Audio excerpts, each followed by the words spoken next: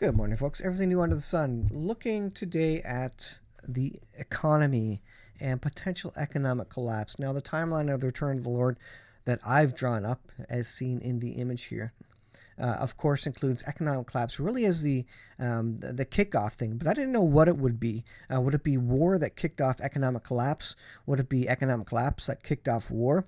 Would it be a pandemic that kicked off economic collapse that kicked off war? I don't know. I don't know what the order of things are. We know there's four horsemen of the apocalypse spoken of in Revelation 6, which are bringing all sorts of calamities upon mankind. Here they are here. Let's see. Revelation 6, verse 2. The first seal, the white horse, had a bow, given a crown, went out conquering and to conquer.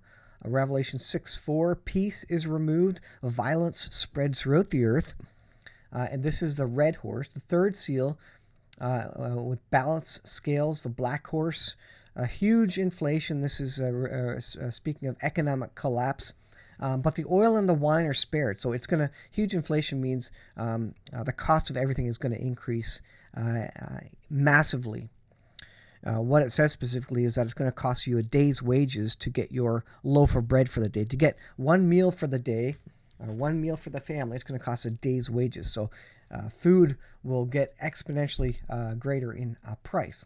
Then the fourth seal, the pale horse.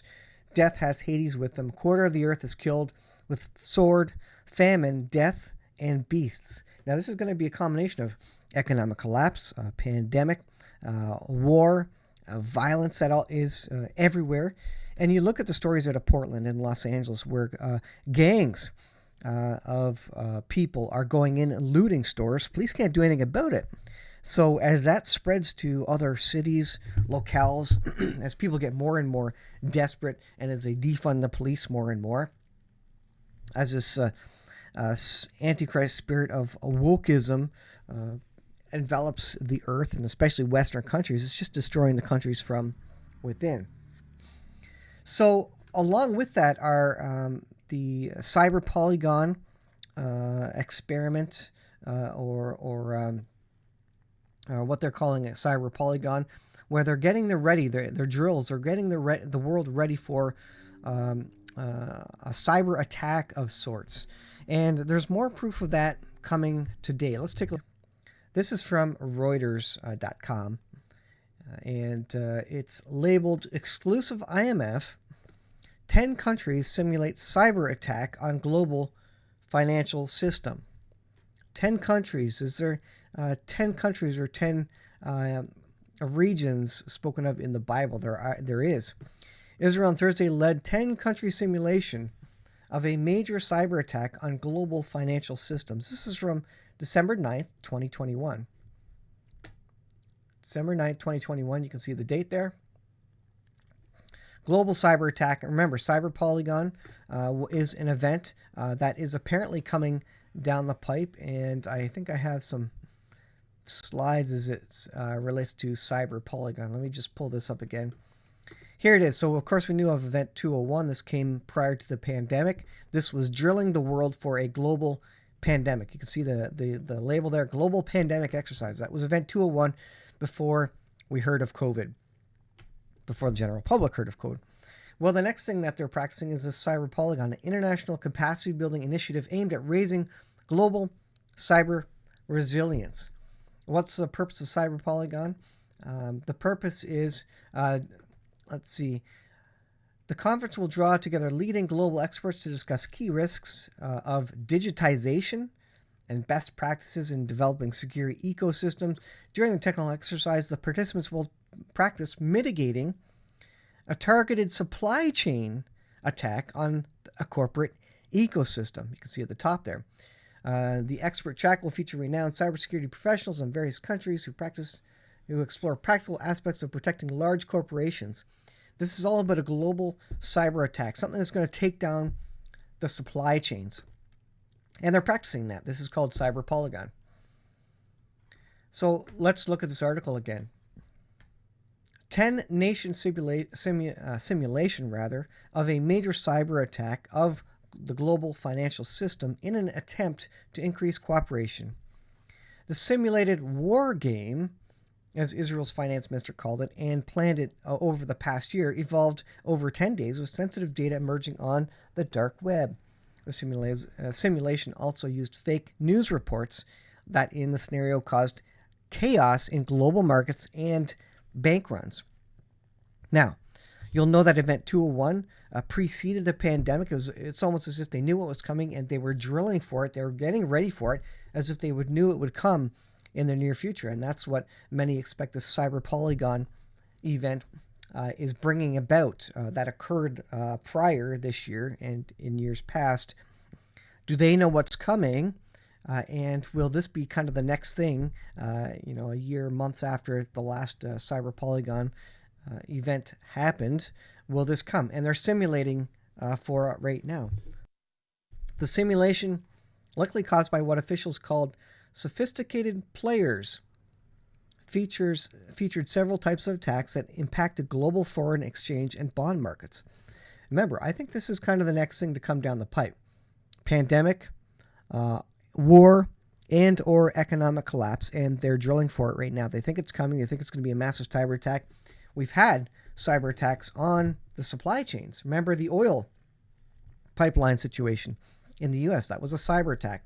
There was a cyber attack on the meat processing plants in the U.S. Again, foreign parties, whoever it was, for whatever reason, they brought down the supply chain of oil. They brought down the supply chain in a large measure of packaged meat processing plants. So this is what they're worried about. And interestingly, there's 10 countries. There's going to be a 10-country alliance that is related to the global system and the Antichrist, what he rules over, and the mark of the beast that is coming down the pipe. So this is fascinating. In addition, I think it's interesting. This is from JNS, Jewish News Syndicate, rather. Israel is holding national drill to prepare for lethal Omega variant. So this is the next variant, Omega, and they're looking to drill for this one, which they're suggesting is maybe going to be a lethal one. They, after Omicron, could the next one be incredibly lethal, incredibly transmissible and lethal? Because Omicron is incredibly transmissible. That's why it's taking over Delta. But it's not particularly lethal.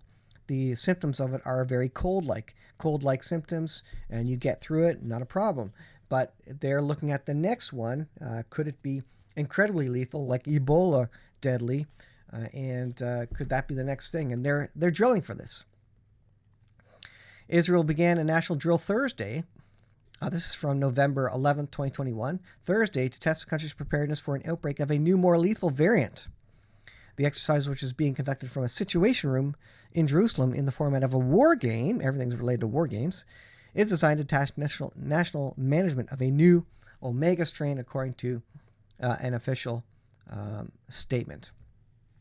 So Alpha and Omega, of course, that's what the Lord said. He was the Alpha and Omega, the beginning and the end. The Omega is the end, and they're drilling against a virus which, according to their naming, suggests that it's the end. So are we in the last days? I think we are, and Israel's drilling for the end, or the last virus, if you will, the biggest and the worst, and that's absolutely, I think, what Bible prophecy is telling us is coming. So we know what's coming.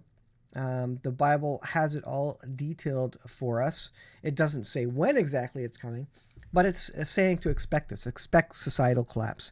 Expect wars and rumors of wars. Expect earthquakes in diverse places.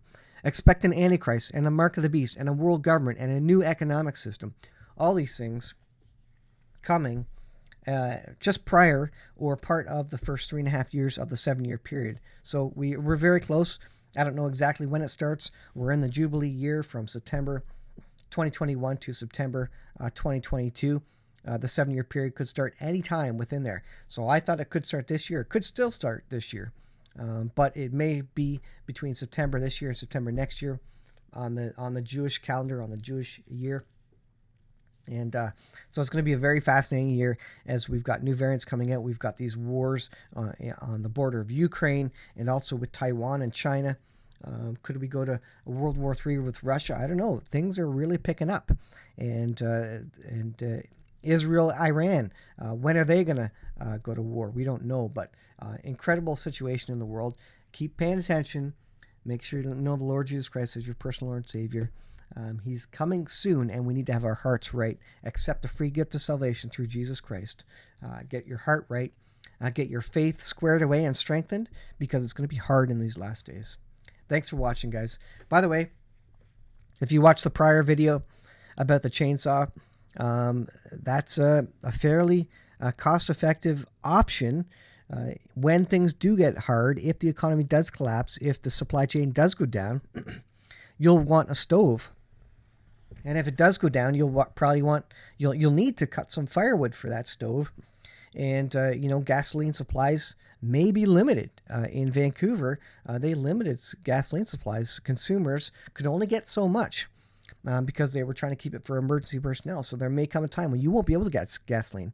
This is a good reason to have solar batteries, battery backup, solar charging those batteries, and then have these cordless tools so that you can get some repair work done. You can get some building done. As storms get worse and such, you're going to need to depend on yourself to fix things. So have a set of cordless tools, which a lot of people have anyways, and have a means to charge them with solar, which I can do with my Makita batteries. And then if you are burning firewood for heat and warmth, if there's a grid down situation, what better option than a little cordless chainsaw to get a little bit of firewood, a little bit of heat, if you run out of gas. So it's a great backup option for you, and just a great cordless tool to have. So check out that video I did prior about the cordless chainsaw, Saturday, December 11th, if you're watching this video at a later time. So it is a great option to have in your toolkit, and relatively inexpensive as well. Thanks for watching, guys. I'll see you in the next video.